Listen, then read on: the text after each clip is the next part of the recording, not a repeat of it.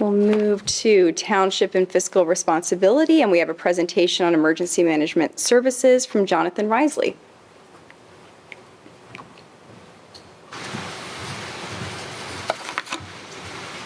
Good evening, everyone. Thank you for having me here. My name is Jonathan Risley. I'm the newly appointed Emergency Management Coordinator for the Center Region. So in a public safety meeting or emergency management meeting was talked about, hey, we have some new officials. I'm going to come out. We're going to talk about what services I provide to you, and I'll answer any questions you may have. So won't take up too much of your time here this evening, but we'll go ahead to the next slide here. So for those of you online, if you want to scan your computer, that'll pull up the QR code with all the documents and links that I'm going to talk about here. I'm not going to dive super deep into them this evening because we'd be here for a couple hours, but if you have questions, please let me know. I'll be more than happy to answer those. But we're going to go over what is emergency management, the rules, the regulations, and all those details on why I'm here and what I do for you. We're going to talk about the relationship that the Center Region has and the municipalities have with the university. The services my department specifically will provide to you and your citizens in the event we actually have something pop up. Talk about some requirements of myself as well as the elected officials here in this room as well as the other municipalities in the area. So we all unfortunately have a little bit of homework to do.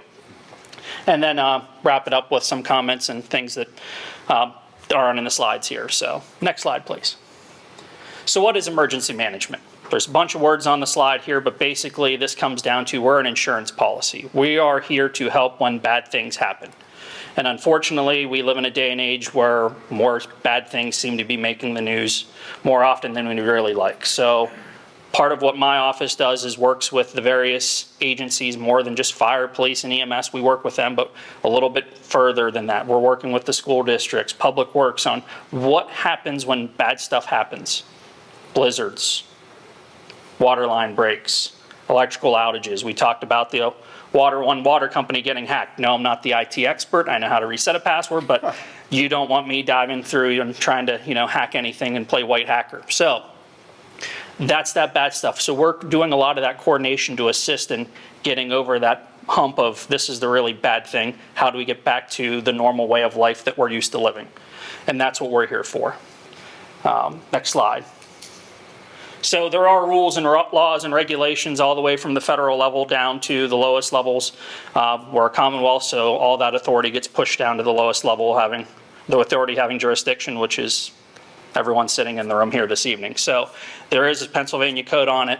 You can click on that hyperlink there. It'll take you to Title 35, which lives emergency management and a few other things, but specifically this is, I'm telling you, you need to have somebody here. But unfortunately, the Center Region decided to pull their resources together, which is awesome because it saves us money because now each individual municipality doesn't need to have that own little widget that is used in that. So we can share resources, which is one thing that I really liked about when I took this opportunity here. It's, wow, we're working together. This makes sense and saves sense. So as I mentioned, lots of resources. If you click on each of these, you'll pull up their respective hyperlink online, download the PDF. I'm giving this presentation to the borough. Well, I'm going to be giving it to everyone in the Center Region at some point. So that's why you'll see the different stuff up here. But I can tell you from reading all of these, the language in them is very, very, very similar. It is slightly different, but you need to have emergency management, and we are here to help. And they're also in here is fire and EMS. So some things light reading. They're not terrible. It's not 600 pages. I believe the first two are probably around 40 to 50 pages. And then the last one's a little bit thicker, but still not a hard read. And it's better, it's not written in the Title 35 law language. It's spelled out very nice to read, so it's digestible at that point. But again, I'd highly encourage you to review that. And if you have questions, I'll be more than happy to, sit and talk to any one person one-on-one about that. So the relationship that the Center Region has with the university, it's a very tight working relationship. When I worked at the university, I worked with some of the individuals in their emergency management shop on my job that I had then at that point in time. So I've known a lot of them for probably since 2012 when I first started working at the university in another life. So we work together. what does that bring? So we have the 6 municipalities, which bring a lot of resources. That's a whole other world of resources we have available to us. Equipment, staff, facilities. One thing I'll throw out there now, and I've offered it to everyone as I'm giving this presentation, I wanted to try and get a list of people that may want to tour the 2 emergency operation centers we have there. We have access to them. So if we did need to declare an emergency and open up an EOC, we have those available to us. So ideally, I'd like to get some people in there and see it before we actually need it some rainy day. So, but we'll make that available to you once I get a nice pool of people, and then we'll start going through those facilities. And because there are facilities, we share them with the university.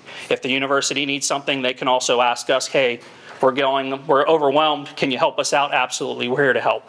Again, it's that community effort that I really like about this area, because it's, yes, we're all different, but at the end of the day, we're all going to work together to mitigate that emergency.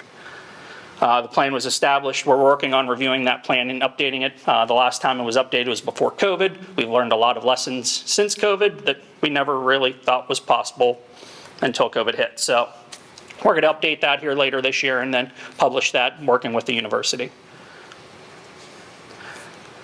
So where I fit in this giant organization that is the Center Region Council of Governments and all of the municipalities here, I function underneath the Emergency Management Council, which each municipality has representation on that council to, help drive this program. It is your program. It is not just mine, but I administer it day to day, but ultimately it's up to each municipality to help drive this program to make it better.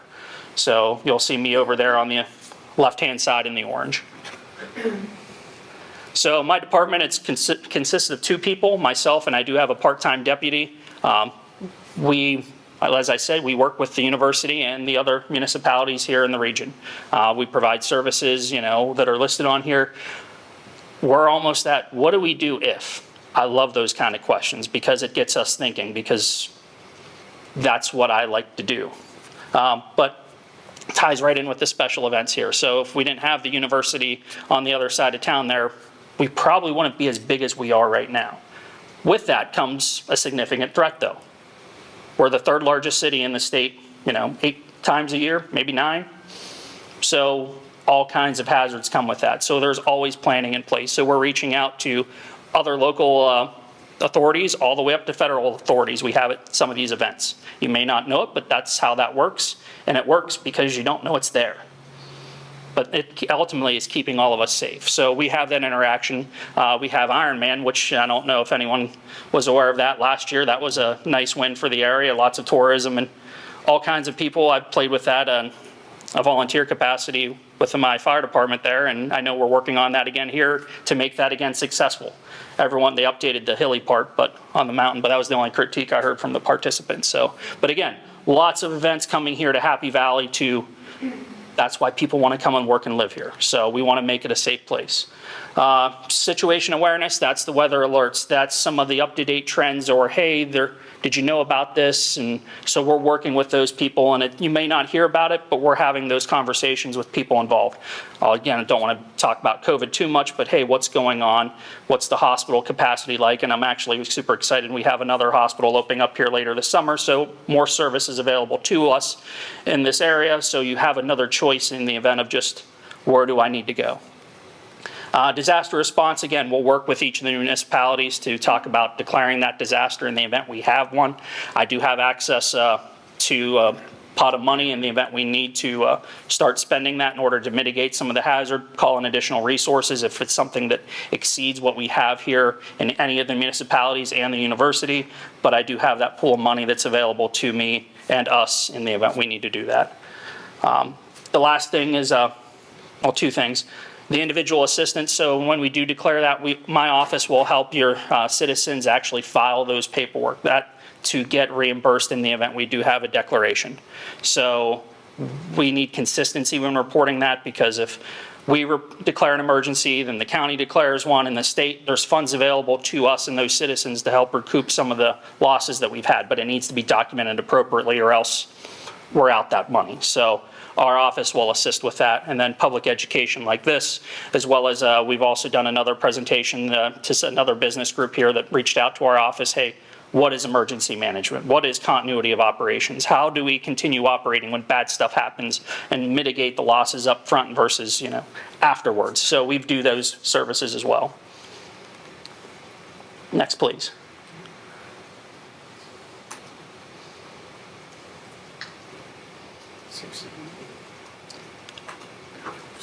So I alluded to some homework here. Everything on the left-hand side, the top two, they're required of all the elected officials to complete. The good news is they're online education. It'll take you a couple hours to go through.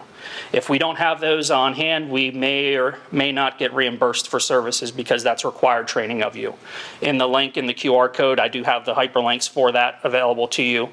And if you're not sure if you've completed that previously or not, please let me know and I can more than happy to assist you with that. If you want to dive down and do a little bit more training, there's some additional courses on there as well. The 200 and 800, they're online. The 300 and 400, they're in person. There are several day classes. The good news is I've taken them as well as some others in the office. So if you want, I can point you in that direction. For myself, I have to take all the courses that you're required to take in addition to some others. I'm currently working on my state certification at the associate level. I need one more in-service training I can submit for that. And then I need one additional training for my professional level, as well as serving in the associate level for a year, and then I can submit for my professional. So I'm well on my way to completing that, and I'm hoping to have that wrapped up by next year. And then also there's some additional training at the National Fire Academy in Emmitsburg, Maryland.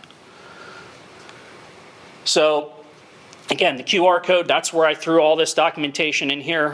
Talked about the tours. I'd really like to, get some time with everyone, walk through and talk to some people here. I know the university's working on a formal relationship right now with Center County for their dispatch center to become the backup center for Center County. So again, we're all working together for that bad day scenario that hopefully never comes.